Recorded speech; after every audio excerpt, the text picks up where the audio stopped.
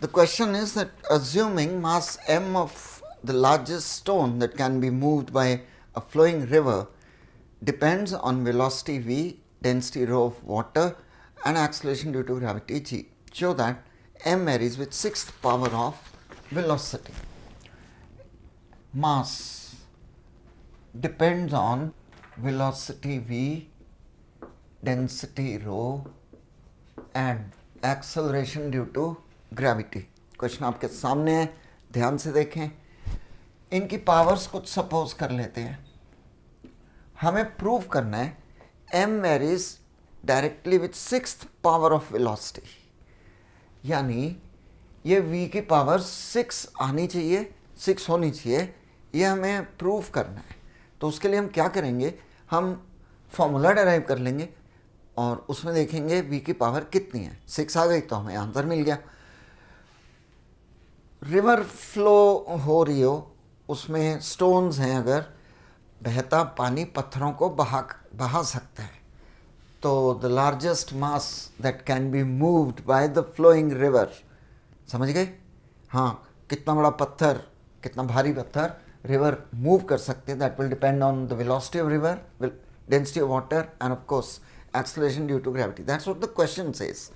हमें प्रूव करना है ये m varies directly with 6 power of velocity. Clear? तो शुरू करते हैं. कंबाइन करें इनको. v raise to power a, rho raise to power b, g raise to power c. Constant k introduce करेंगे. सीक्वेंस ऑफ स्टेप्स हमेशा ध्यान रखें, बहुत इजी होता है. हम लोग लिखते समय गलतियां करते हैं जिससे लास्ट में हमारे आंसर्स डिफरेंट आ जाते हैं. तो be very careful while writing. Dimensional फॉर्मूले प्लेस करें. k को छोड़ दें. m mass, velocity lt minus 1 raised to power a, density ml minus 3 raised to power b, acceleration due to gravity lt minus 2 raised to power c. Sir पहले हम सोचते थे आपको इतने सारे फॉर्मूले कैसे याद हो जाते हैं, अब हमें लगता है हमें भी याद हो गया है ना. ऐसा आपको भी याद होने लग गया ना. सब हो जाता है, थोड़ी सी प्रैक्टिस चाहिए. और जिनको याद नहीं है प्लीज़ करें, सब हो जाते हैं. ए को दोनों के साथ कनेक्ट किया. L raise to power A, T raise to power minus A. Same way M raise to power B, L raise to power minus 3b, L raise to power C, T raise to power minus 2c. को समझ आया? Attach powers with all the quantities, all terms. पहले m लिखेंगे, m raise to power b. अब l, a minus 3b plus c, minus 3b plus C, and T की powers minus A and minus 2c. Powers को इकट्ठा कर लिया, एक ही terms की पावर्स एक साथ लिख ली. That's m l t, m1 l0 t0. अब यहाँ हमें कुछ वैल्यूज़ मिलेंगी. एक तो मिला b इज इक्वल टू 1. ठीक है, ओके. तो एक वैल्यू तो पता लग गई, b equal to 1. a minus 3b plus c, l की पावर दोनों तरफ इक्वेट करो 0. और b कितना है 1, तो a minus 3 plus C equal to 0, a plus C equal to 3. एक ही आ गया. ठीक है. And minus a minus 2c equal to 0, minus a minus 2c equal to 0. आ गया समझ में? सर ये एक बार फिर बता दो, ये एक बार फिर समझ लो. यहाँ से आगे बढ़ते हैं. इन तीनों को कंबाइन किया, ये आ गया, ये हटाया, इक्वल टू और k लगाया. We have placed dimensional formula of all the physical quantities. Velocity lt minus 1, density ml minus 3 and g acceleration due to gravity lt minus 2. ठीक है.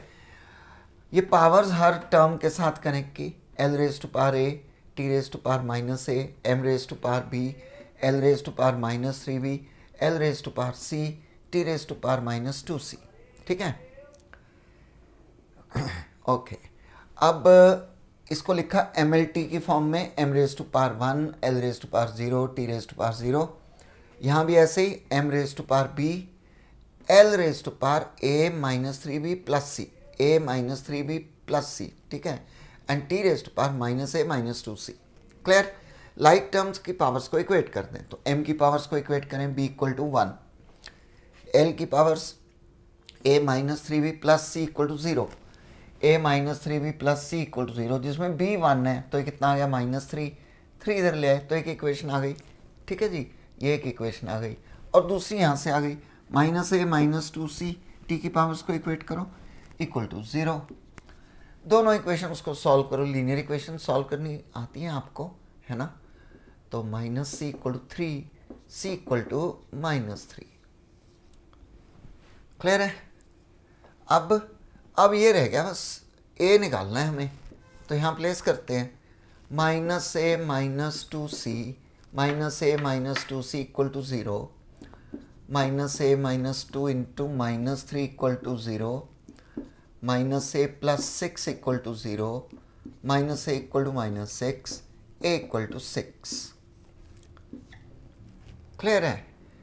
तो यहाँ प्लेस करो, क्या फॉर्मूला आ जाएगा, m equal to k v raise to power 6 rho raise to power b कितना था 1 and g raise to power c कितना है -3।